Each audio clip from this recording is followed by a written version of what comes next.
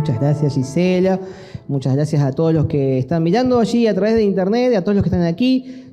Siempre es lindo venir a la iglesia, siempre es lindo estar en contacto de verdad con los hermanos, con los amigos, no solamente online o a través de la distancia, como estuvimos mucho tiempo. Y bueno, estamos en Semana Santa, es una época, una fecha muy especial en donde la sociedad en general recuerda la pasión de Jesús, aunque como dijo Gisela no es la fecha exacta, no sabemos la fecha exacta, así como no sabemos la fecha exacta de Navidad y demás. Es lindo recordar lo que Dios hizo por nosotros, no solamente en la cruz, sino también a través de toda la historia, ¿no? Elena de White dice que el amor de Dios no solamente se ve en la cruz, sino que desde antes de la fundación del mundo, cuando planificó enviar a su Hijo, a través de toda la historia y también a través de la obra de ahora que está haciendo Dios, intercediendo por nosotros y también cuando venga a buscarnos. Así que el amor de Dios es muy profundo, es muy abarcante, es mucho más abarcante de lo que nosotros pensamos, de lo que nosotros creemos o de lo que nosotros podamos entender. Esta mañana al sermón le pusimos como título 6 personajes en busca de una cruz. Y vamos a hablar de 6 personajes, ¿no? Qué vivo que sos, Pablo, ¿no? Si se llama 6 personajes en busca de una cruz, vamos a hablar de 6 personajes que estaban relacionados con la cruz y al título lo tomé prestado, entre comillas, me dio el disparador, digamos, para este título, una obra de teatro clásica muy conocida ahí en el mundo de la sociología, del arte, del espectáculo, de un autor italiano que se llama Luigi Pirandello, que en 1925, o sea, hace casi un siglo, escribió una obra de teatro que fue disruptiva, o sea, marcó un quiebre en lo que eran las puestas en escenas tradicionales. Y porque justamente empezó esta obra de teatro a hablar de las cosas absurdas, ¿no? Una obra de teatro con mucho humor, con muchos absurdos, que no era lo habitual en esa época. Entonces, esta obra hace un quiebre ahí en 1925. Se llamaba 6 personajes en busca de un autor. Se llama, ¿no? Un clásico del teatro, 6 personajes en busca de un autor. Y la parodia, la gracia, ¿no? Lo irónico de esta obra era que en una puesta en escena, en un teatro, se iba a representar una obra y aparecían 6 personajes, 6 actores, que no estaban en la obra, no estaban en el guión, no estaban en lo que el autor había escrito. Pero como el autor no estaba, nadie podía saber si esos personajes eran parte de la obra o no. Y lo novedoso, digamos, de esta obra de teatro es que estos personajes habían estado en la imaginación del autor. O sea, el autor había pensado en ellos, pero cuando escribió el guión los dejó fuera. No los hizo parte de la obra. Y ahora, ante un problema que hubo, que no había actores, estos 6 aparecen y quieren ser parte de la obra. Por eso buscan un autor, busca a alguien que escriba su historia, porque ellos estaban pensados en la historia, pero no fueron parte de la historia. Y cuando nosotros vamos a la Biblia, vemos que Dios nos hizo parte de la historia. No nos dejó afuera. Nos incluyó en su gran espectáculo, entre comillas, ¿no? Por así decirlo. Y que nosotros sí tenemos un papel, y tenemos un propósito, y tenemos una misión. Este propósito lo tenemos como iglesia, en general, y también lo tenemos como personas, lo tenemos como individuos. Y en este propósito, en esta misión, en este papel que yo tengo que desempeñar, quiero que, pensando en esto, vayamos a leer una historia que está en el libro de Lucas. A mí me gusta Lucas, el libro de Lucas, es mi escritor favorito, por eso a nuestro hijito le pusimos Lucas. Del Nuevo Testamento me gusta Lucas, como escribe, porque Lucas dice que él cuando escribe, no escribe así nomás, fue inspirado por el Espíritu Santo, como todos los autores de la Biblia, pero él tiene un método. Allí en Lucas capítulo 1, versículos 1 al 4, dice: yo cuando escribo me propongo investigar cuidadosamente todas las cosas, para ver que esto es así. Lucas dijo, van a hablar de mí y se vino para acá. No. Es un escritor bíblico que investiga. No es un escritor que no sabe del tema. Y él procura en poner todo lo que puede con el mejor detalle. Es un escritor que trata de hacerlo mejor. De hecho, el libro de Lucas y Hechos de los Apóstoles, escrito también por Lucas, son libros de muchos detalles. Si uno lee, van a encontrar muchos detalles interesantes que no están en otros libros. Ese es el estilo literario que tiene Lucas. Y también él se propone a poner todo por orden, todo de manera ordenada, cronológica, puntillosa. Ese es el estilo literario de Lucas. Bueno, uno que trabaja con textos, uno que trabaja con escritura, tiene que tratar de ser así, ¿no? Ordenado, metódico, puntilloso, sabiendo que una palabra significa una cosa y no otra. A veces dicen, bueno, son sinónimos. No, pero a veces no son tan sinónimos. Es esa palabra exacta. A veces uno tiene que buscar la palabra justa, la palabra que va para esa oración, para esa frase, para ese artículo. Y así es Lucas. Por eso a mí me encanta el libro de Lucas. Bueno, también del Antiguo Testamento me gusta Esdras. A mí me gusta Esdras. Yo le quería poner Esdras. Ahora justo yo yo le quería poner Esdras porque dice la Biblia que Esdras era un escriba diligente en la ley de Dios. Y la palabra diligente, de donde viene diligencia, ¿no? Que uno dice, voy a hacer una diligencia. Diligente es una persona que hace las cosas rápido y bien. Eso es una persona diligente. ¿Y qué pasa en nuestra sociedad de hoy? Si hacemos las cosas rápido, ¿cómo las hacemos? Como salga, ¿no? Hacelo así nomás y rápido. Y si lo quiero hacer bien, tardo. Y a veces, en la cultura que estamos viviendo, cuando yo tardo para hacer algo y lo hago bien, valga la redundancia, ya es tarde. O sea, ya no sirve. Entonces, la Biblia dice que Esdras sea diligente y hacía las cosas rápido y bien. Qué bueno sería que como cristianos seamos personas diligentes, ¿no? En la iglesia, en la familia, en el trabajo, en todo, seríamos súper. Todos nos valorarían porque hacemos las cosas rápido y bien. Así que Esdras, acá hubo como un coro que dijo, no, como que no le vayas a poner Esdras. Pero yo a mí me gustan los juegos de palabras, entonces, como mi apellido es Ale, era Lucas, Esdras, Ale, que quedaba Lea. Quedaba el nombre de Lea como que una motivación para leer. Ustedes dicen, ¿vos pensás esas cosas, Pablo? Sí, perdón. Nos fuimos de tema, pero volvemos a Lucas. Le decía que el estilo de Lucas era muy puntilloso, detallista, investigador. No escribía así nomás.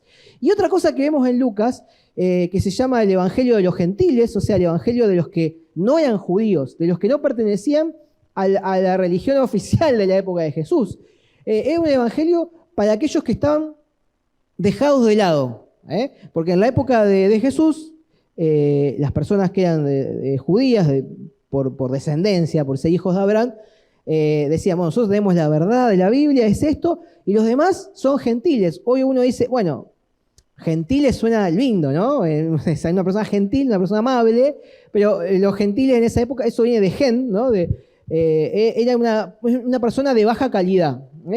Sería literalmente gentuza, ¿no? La gente que está así más discriminada. No son personas como nosotros, son la gentuza. Hablando en términos más populares, el chavo diría la chuspa. ¿No? Esa gente que está allá, ¿no? Son gentiles. Hoy suena lindo, pero en la época era algo despectivo.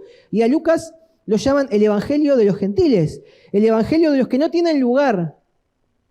Y uno cuando lee Lucas se da cuenta que aparecen centuriones romanos, aparecen gente que no es del pueblo de Dios haciendo cosas buenas. Como un centurión romano pagano, un soldado con poder va a hacer esto. Y también aparecen muchas mujeres. Si no es que estamos abogando por el feminismo tan de moda ahora, sino que ya el Evangelio de Lucas, ya la Biblia, ya Jesús, le daba a las mujeres un lugar importante en la misión.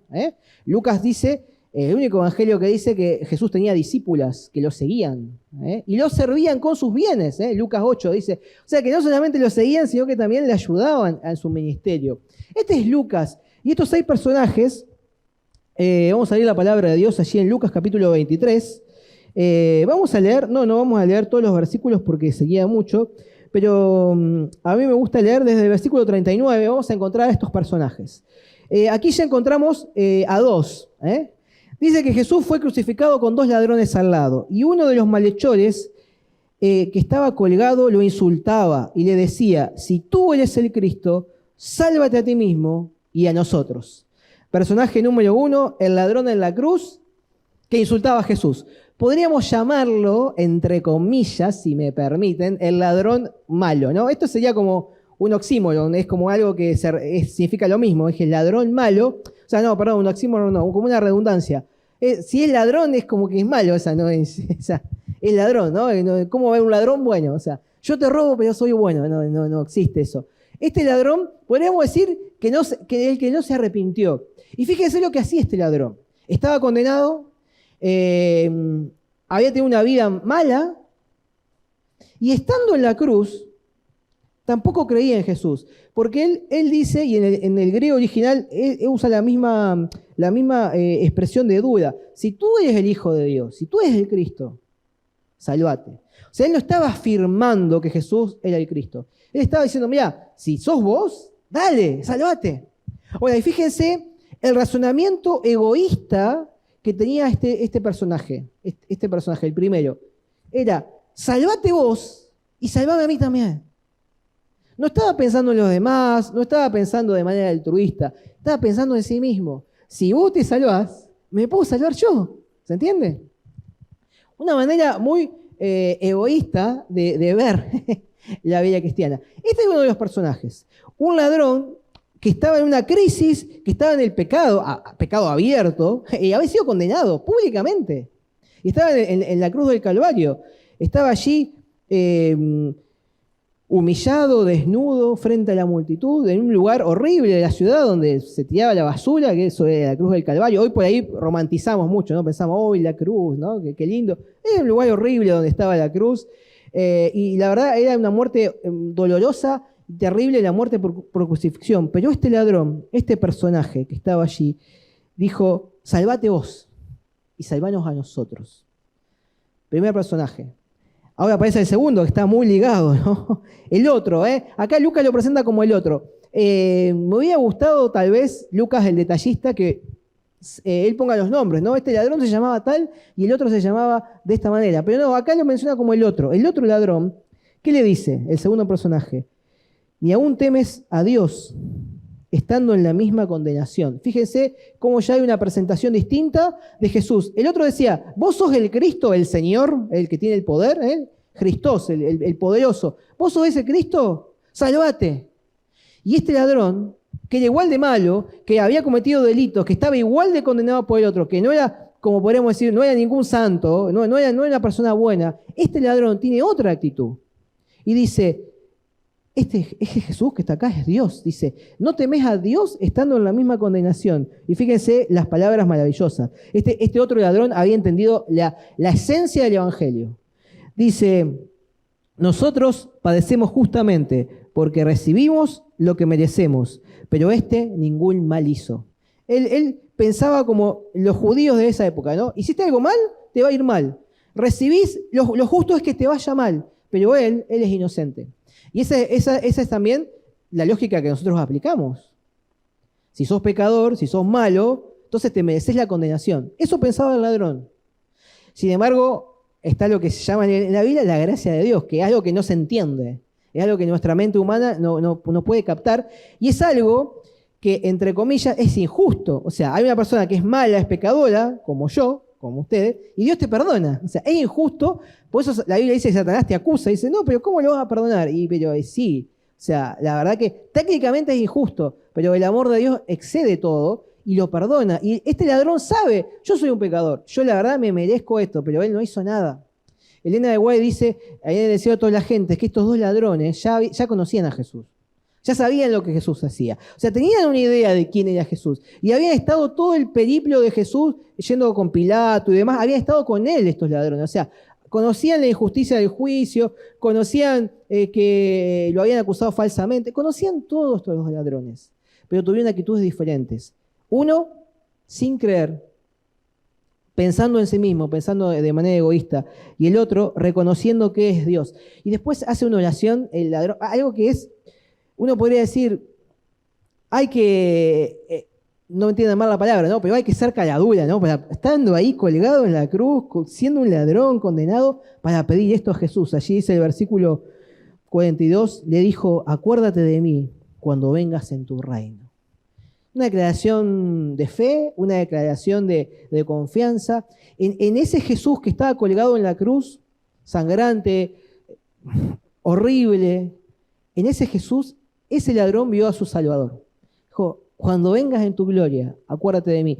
Había entendido el ABC del Evangelio este ladrón. Es como que yo sé que vos vas a venir, yo sé que vos vas a regresar por segunda vez. Como dijo, está ahí María y Marta cuando murió Lázaro, y Jesús le dijo, tu hermano va a resucitar. Y ellas le dijeron, sí, ya sabemos que va a resucitar. Cuando tú vengas en la resurrección del día posterior, va a resucitar, le dijeron. No, dice, ahora va a resucitar, le dijo Jesús. Y este ladrón le dijo, cuando vengas en tu reino, acuérdate de mí. Podríamos decir, salvando las distancias, que este ladrón era adventista, porque creía en la segunda venida de Jesús, creía que Jesús iba a venir y lo iba a salvar. Yo en este mundo ya no tengo más oportunidad, yo sé que me voy a morir, pequé, me merezco esto, pero por favor, perdóname.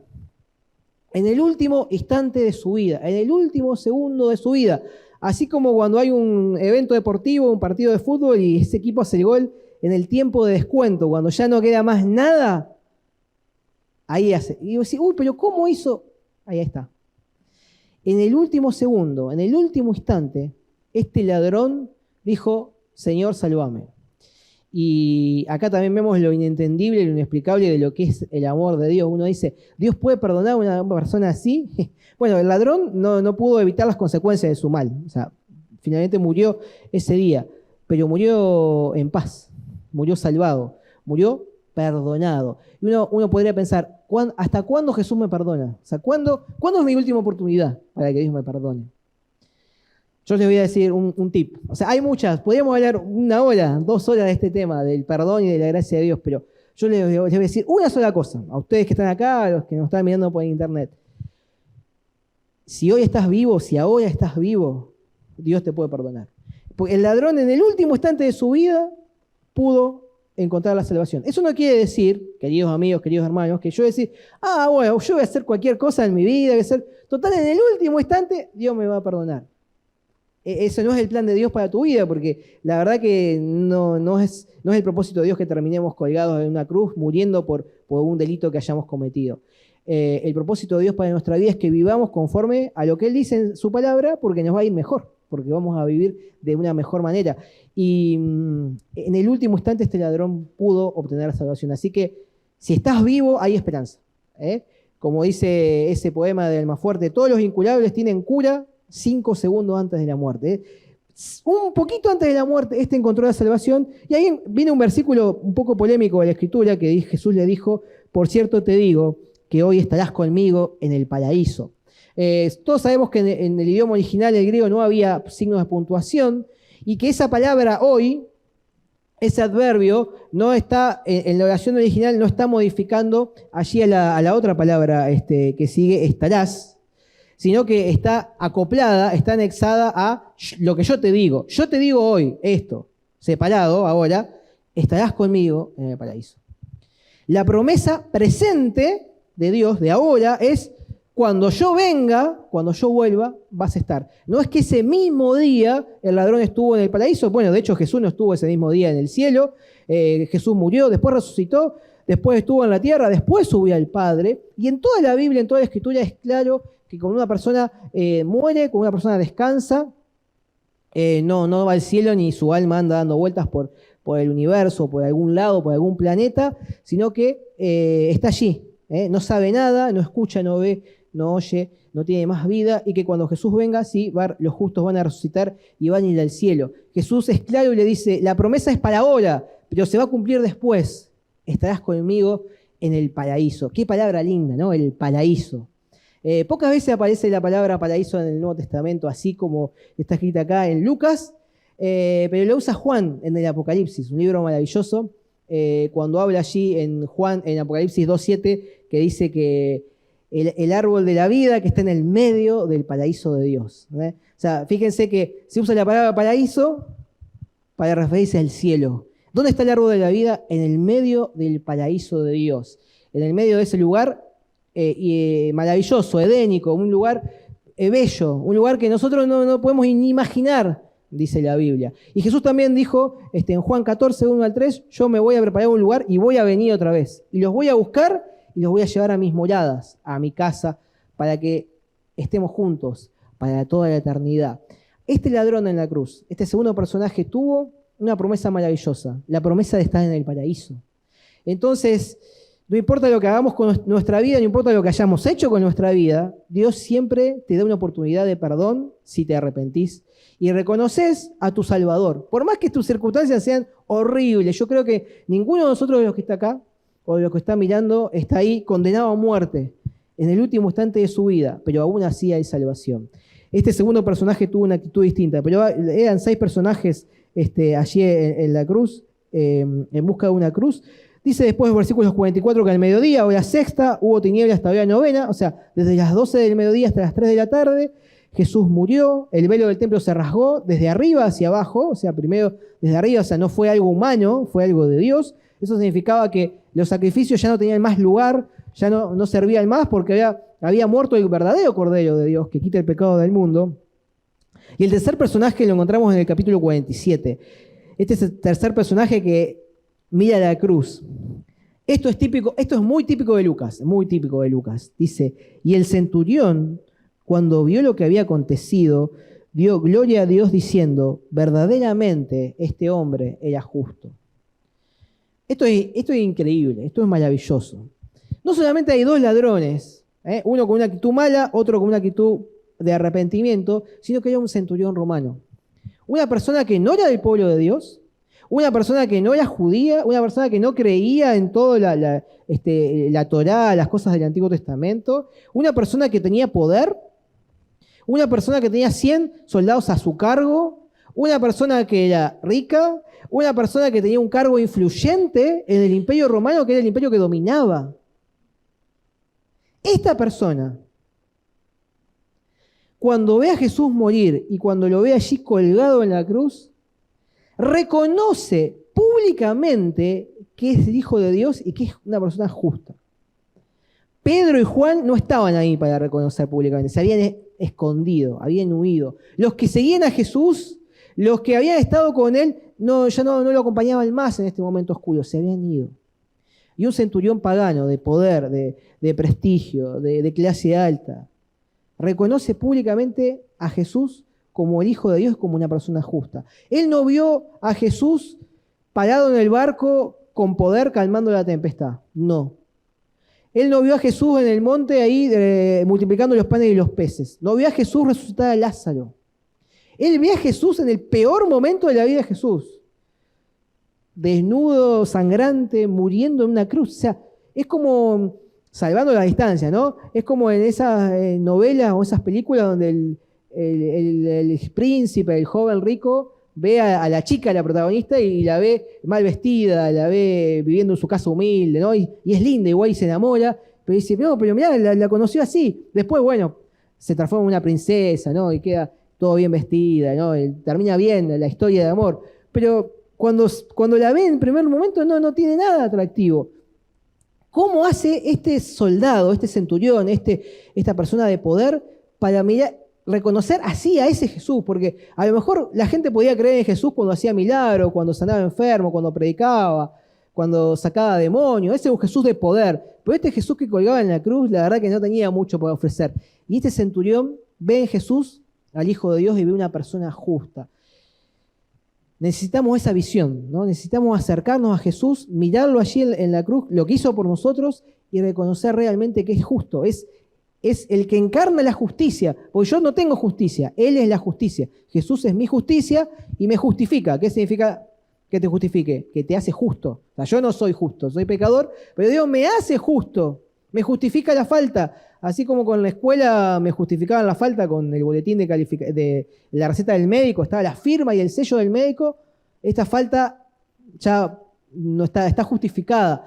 Así Jesús también te presenta, ¿no? la receta médica con su sangre y te dice, estás libre, estás justificado, o sea, estás justificado. Después empieza otra historia, ¿no? Que es la vida de santificación. Porque Jesús quiere que no solamente viva una vida de justificación, sino también de santificación, que tampoco es una obra mía, es una obra de Él, ¿no? La salvación, la justificación y la santificación es una obra de Él. Pero este centurión reconoce ahí al justo.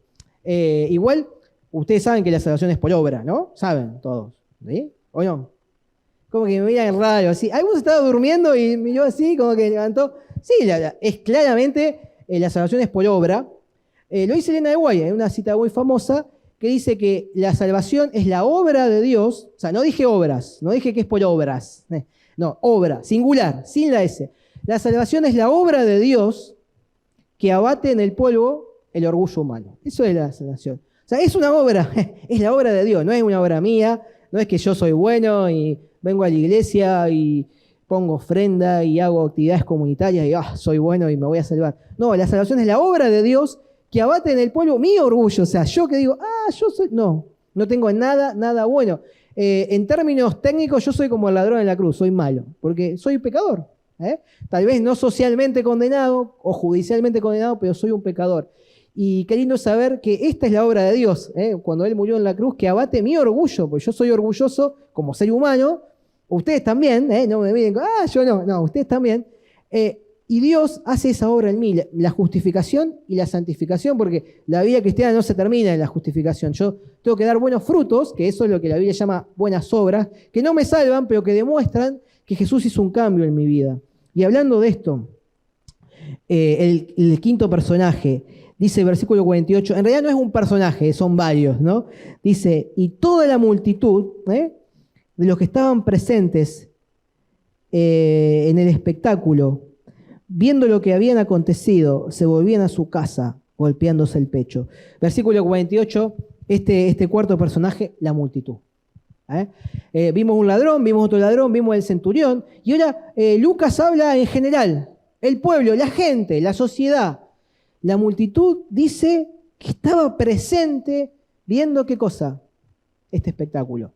Yo no sé qué se le habrá pasado a Lucas por la cabeza para escribir esa palabra, espectáculo, que significa literalmente, en el idioma original, uno que mira de afuera. Es como que hay un show ahí. Mira, vamos a ver qué pasa. Miro ahí. Lucas entiende cuando escribe, porque es detallista, que esta gente, la multitud, eran personas que estaban ahí, que miraban la cruz, pero que no tenían ningún deseo, ninguna intención de involucrarse con la cruz. Para ellos, la cruz era un show. Mira, van a crucificar a uno. Interesante, hay gente, hay ruido, hay gritos. Y a la gente le gusta, ¿vieron? Que cuando pasa algo, todos se asoman, ¿no? A ver qué pasa. Esta multitud miraba el Calvario como un espectáculo, pero no tenía deseo de involucrarse. Son los que miran desde afuera, pero que no se comprometen. ¿Será que en estos 6 personajes en busca de una cruz, será que yo soy parte de esa multitud? Que estoy ahí o vengo a la iglesia y miro, digo, uy, qué lindo, ¿no? Qué lindo los sermones, qué lindo las alabanzas, qué lindo la actividad comunitaria, qué lindo el concierto que dan, qué lindo. Pero miro de lejos.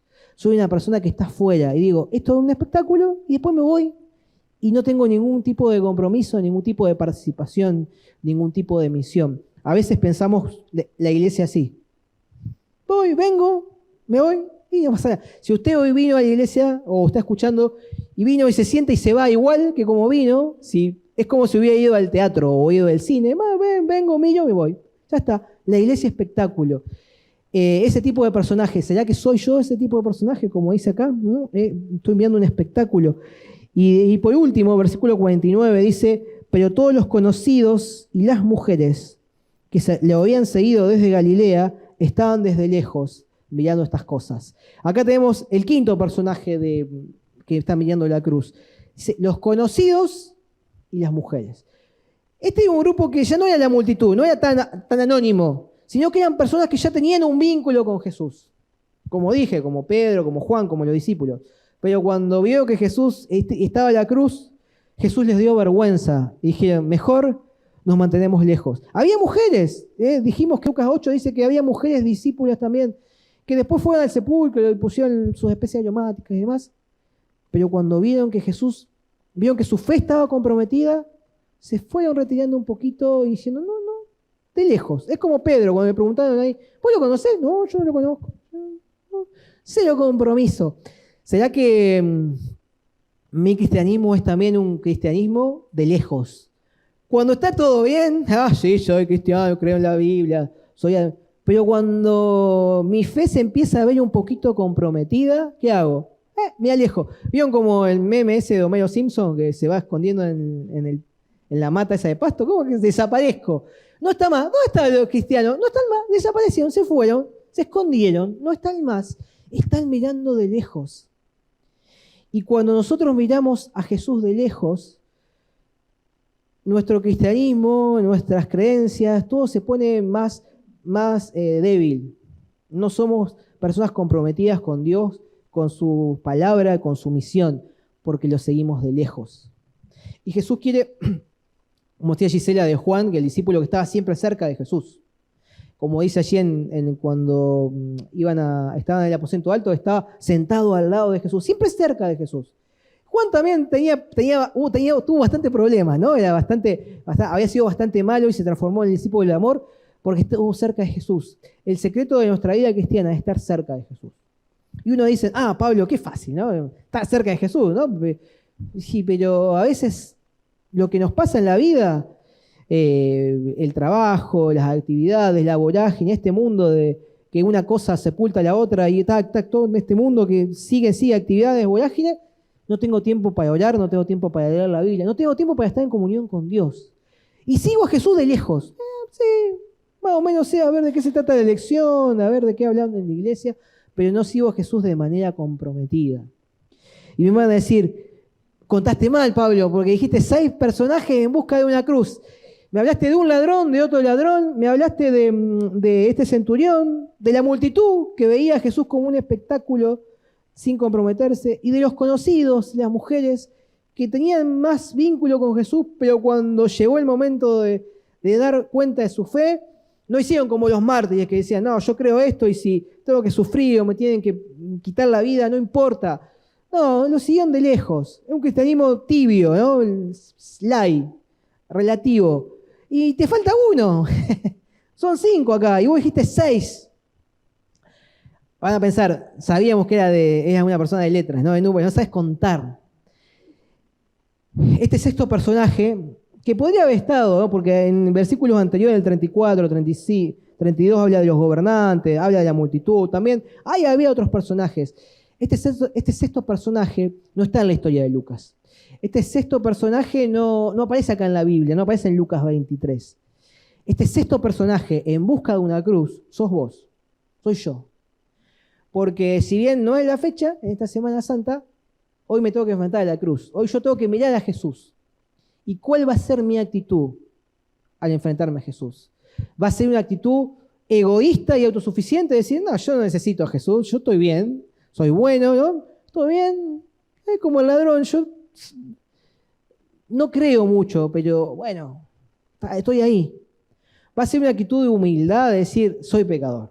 Lo primero que yo tengo que hacer es hacer un diagnóstico, ver cómo está mi vida. Soy pecador, soy esto, y necesito ¿a qué? Necesito un Salvador. Necesito a ese Jesús que me va a salvar. Que no está en la cruz, ¿no? Porque el Evangelio no termina acá en la crucifixión. Dice Pablo, si Jesús no hubiera resucitado, no serviría de nada, porque cuando Jesús murió en la cruz, Satanás festejó. Ganó, ya está, Jesús murió. La paga del pecado es la muerte, Jesús murió, recibió la paga del pecado, se terminó la historia. El gran conflicto de los siglos se terminó. Esos días que estuvo en la tumba, viernes, sábado, domingo, que resucitó, ahí Jesús venció y ahí Satanás supo que su obra estaba terminada, que ya hay un enemigo totalmente derrotado. Y qué bueno saber que Jesús resucitó, ¿no? No nos quedemos solamente con Jesús en la cruz. Por eso en nuestras iglesias, estaba buscando acá, pero no hay acá, pero seguramente hay en las iglesias, hay una cruz vacía porque ese Jesús ya no está más ahí. Y nosotros también creemos que Jesús está intercediendo por nosotros ahora en el cielo y que va a volver a buscarnos a la tierra conforme a lo que prometió. ¿Será que somos como el centurión, tal vez? Que en el peor momento de Jesús ve algo que nadie había visto y reconoce públicamente que ese hombre es justo. ¿Será que somos como la gente que viene a la iglesia voy a entretenerme, voy a pasarla bien porque es costumbre, porque va mi familia, porque no tengo que hacer los sábados, porque es lindo, porque me gusta y me entretengo, vengo de una manera, salgo igual de la iglesia, no salí transformado, no salí interpelado por la palabra de Dios, confrontado con la palabra de Dios? Entonces, sí, un cristianismo de espectáculo, una iglesia show, o soy un cristiano de lejos. Yo creo, estoy ahí, pero cuando hay un problema o cuando mi fe se ve amenazada o cuando mis valores son cuestionados, me retiro, me escondo, porque no quiero dar testimonio de mi fe, no quiero dar el así, dice Jehová. ¿Qué tipo de personaje voy a ser yo cuando me enfrente a la cruz? La historia dice que había una vez una maestra que le preguntó a sus niños, a sus alumnos, de 10 años, ¿qué era el amor para ellos? ¿Qué significaba el amor? Y ellos tenían que anotar ahí en sus cuadernos y mostrarle, leer qué era el amor. Y ahí uno de los nenes puso, cuando mi papá llega del trabajo, todo sudado, todo sucio, entra a casa y mi mamá, no importa que él esté así, le da un abrazo. Eso es el amor. No sé si le pasa eso a las esposas de acá. Bueno. A veces yo llego, yo dice, oh, estás todo transpirado. Bueno. Yo que transpiro mucho, no sé si... eso es amor. Bueno, interesante, ¿no? Es lo que hizo Jesús, ¿no? Con la historia del hijo pródigo, que llegó en condiciones miserables y el padre igual lo abrazó y lo amó y lo perdonó porque vino con una actitud de arrepentimiento, ¿no? Otro niño puso, amor es cuando mi abuelo, que tiene 78 años, se agacha a cortarle las uñas de los pies a mi abuela porque ella tiene artritis. Pero él también tiene artritis. Eso es amor. Claro, a mí me duele, no puedo agachar. Ella no se puede agachar, pero yo igual lo hago porque la amo.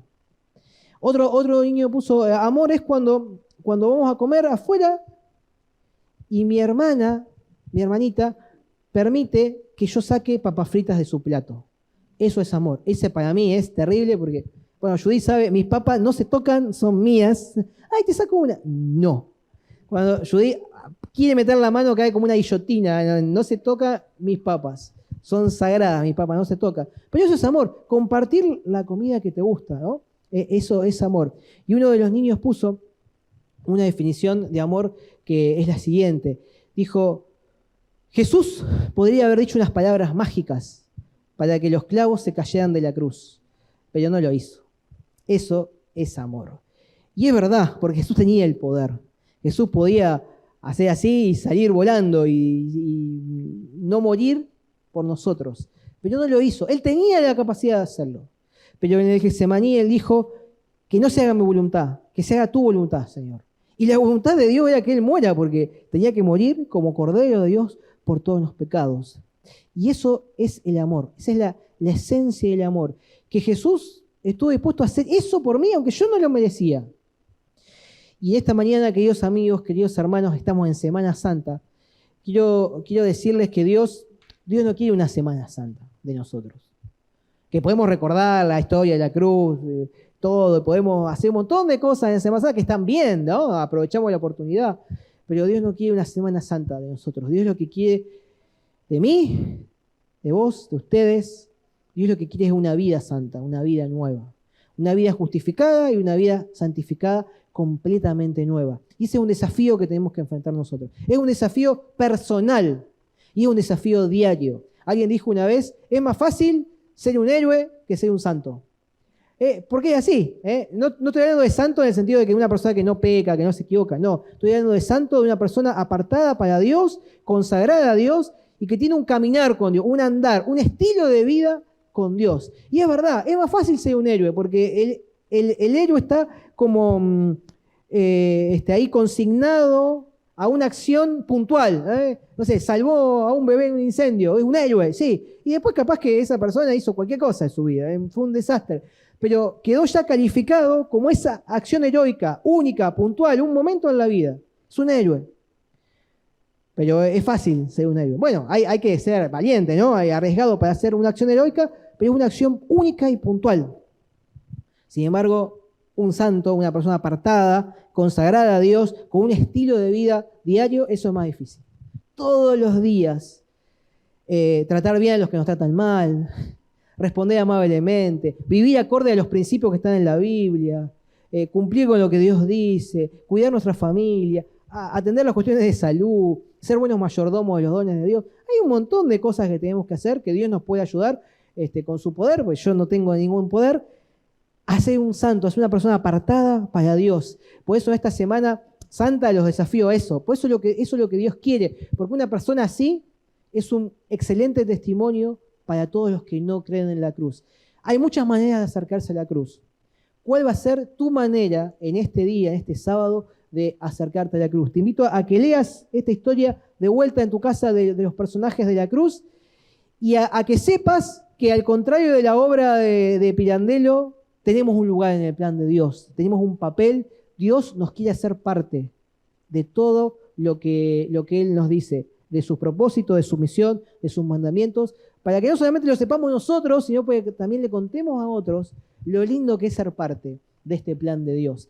Espero que Dios bendiga a esta iglesia, que nos bendiga a nosotros, a todos los que están mirando. Y así como estamos, vamos a terminar con una oración. ¿sí? Padre nuestro que estás en el cielo, gracias por esta hermosa historia de Lucas. Gracias porque moriste en la cruz por nosotros.